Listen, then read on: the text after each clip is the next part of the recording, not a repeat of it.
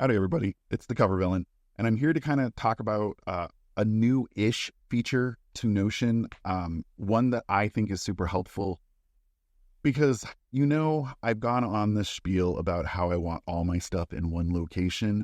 Well, this gets me one step closer to that. And the way I look at it, the fewer things that I need to have open and maneuvering between, the better. I'm really sick and tired of having 18 million apps to organize my life. So I'm going to introduce you to Notion Calendar. Now, here's something that we just need to be aware of. Notion Calendar is great for a lot of things, but I'm not going to sugarcoat it. Google is still kind of the universal standard, and because of that, there are reasons to still have a Google Calendar.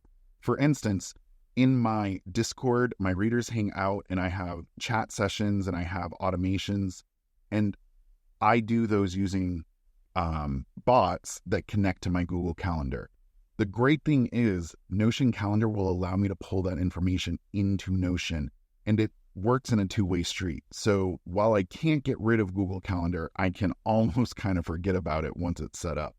So Notion really kind of is trying to rope you into one place to contain all your information. And for your business, I think it's super helpful. So I want to show you how I'm using it. Now, just a warning up front, I do have to use my personal Notion.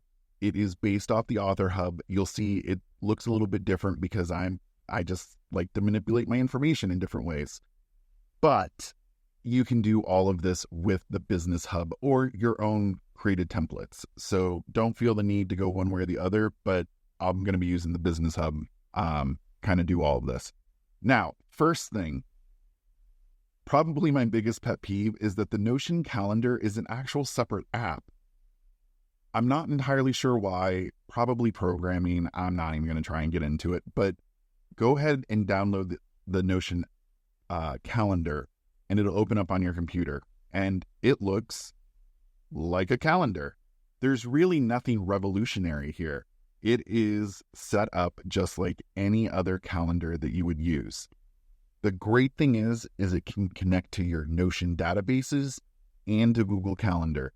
And because I import all my iCalendar information into Google, that's there as well. So for me, this has become kind of my one-stop shop. Now, if you're interested in how to connect your iCalendar to Google, I do suggest you Google that. You'll find a much better example than anything I could possibly tell you. My specialty is in Notion. All right, so let's just kind of look at it right now. I'm in light mode because y'all are a little bit crazy, so let's do this.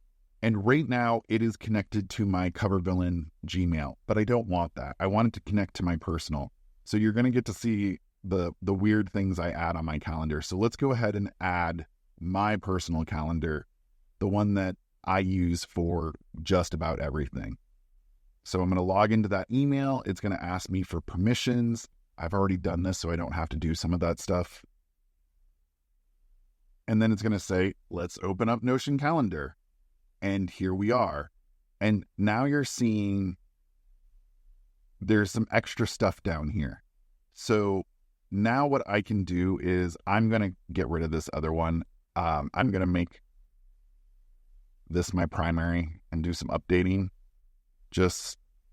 I don't really want more than I need there. So let's go back to manage calendars and I'm going to disconnect this old one. So now what you're seeing is my Jeremy Flag calendar, and you can see it's got some of my personal information on it.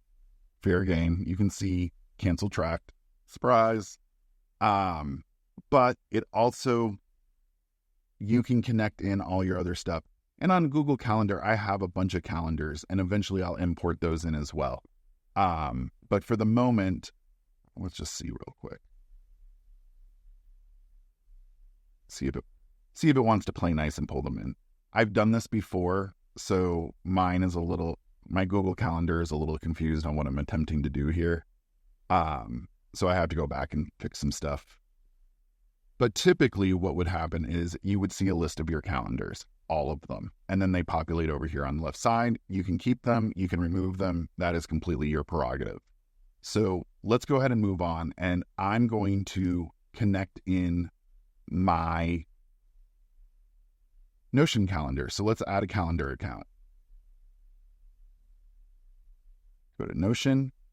I'm going to add a Notion workspace. And you're going to see it's going to populate a bunch of stuff really quick because it thinks I want things, but it's going to add the wrong stuff. But it's pretty straightforward. I'm already logged into my Notion, so I just have to give it access. It's going to open calendar back up. And you're seeing it's just adding a bunch of stuff that it thinks that I want on here. I don't. These are the wrong things. So I'm just going to remove them out now. I don't want the promotion schedule. It's the wrong promotion schedule. I have a lot of tutorials that I do, so I have different versions of projects open. So let's get the right projects. Let's go to my projects. So I'm going to add a Notion database. And I know I want writing projects, me. Writing projects in the Business Hub is the kind of the backbone of all of Notion.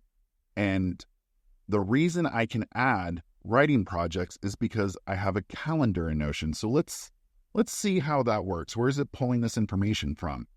So if we switch over to the me project, this is my personal.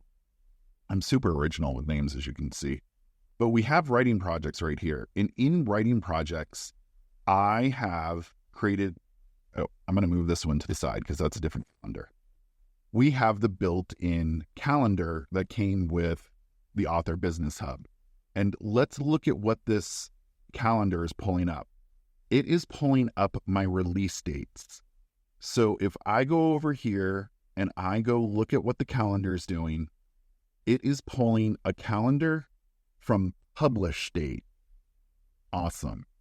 So if you want to add a calendar, and let's go ahead and do that. I'm going to make a new calendar. Why not? And this one is going to be called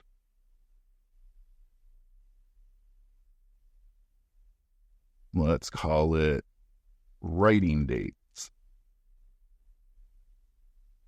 So what you are going to see is if I go back to the table, the database itself, and I look at it, let's get this to go away.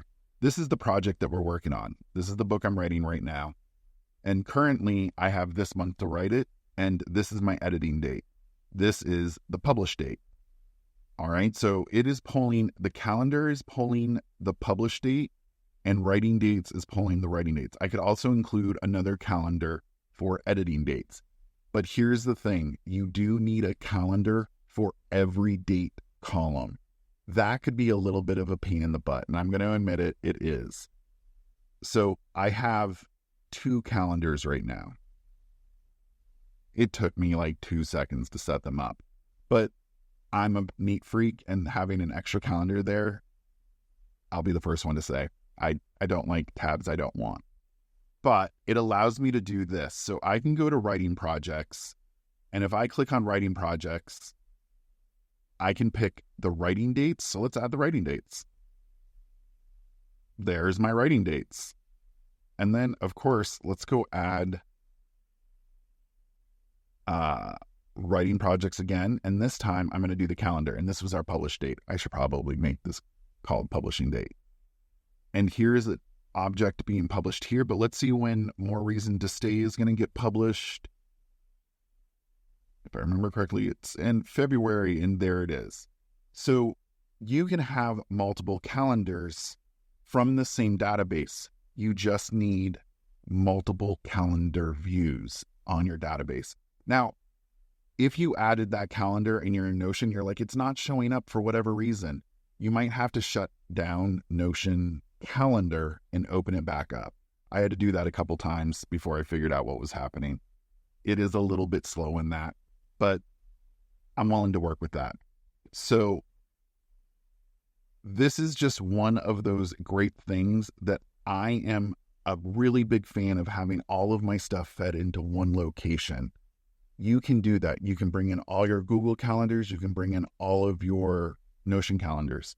And let's go ahead and add one more. I made a uh, it's not even my writing projects. This is my cover villain calendar. This is where I keep track of projects that I have to do for clients. And you can see I've got some client project coming up that I need to be working on. So there we go. It's an entirely different Notion template. It has nothing to do with the Business Hub. But let's go ahead and add in another Business Hub one. Why not? Promotion schedule. I made a fake promotion schedule one just so I could use for this example. And here we go. Testing for calendar. This is when a promotion would be going on. So this is wonderful. And because we can combine it with our Google Calendar, that makes Notion Calendar so much more powerful. Will you still have to go into Google Calendar once in a while? Yes. I can say I probably open Google Calendar once a month, maybe every other month at this point, because this is what I use predominantly to keep myself organized. The great thing about Notion Calendar is it's the separate app, but if I click off it, it goes and lives in my dock bar. I don't see it. It's a little icon. It doesn't take up screen space. And for me, that's a really big deal. So what are some of the downsides? Some of the stuff you might still have to manipulate through Google Calendar. It's not perfect. However, you can still use things like Zoom meetings in here. You can connect Zoom to your Notion. Awesome. One less thing I have to have going elsewhere. So, big deal. I'm all about organization. I want people to see their lives in an organized manner so that you can spend more time writing. And you saw this only took me about 10 minutes to set up, and it's my all-in-one calendar, and that brings me joy on the inside. All right, so if you have any questions, let me know. If you are interested in the Author Business Hub, by all means, it is a great way to keep track of your projects, your promotion schedules, your series Bibles, your marketing, your finances, your taxes.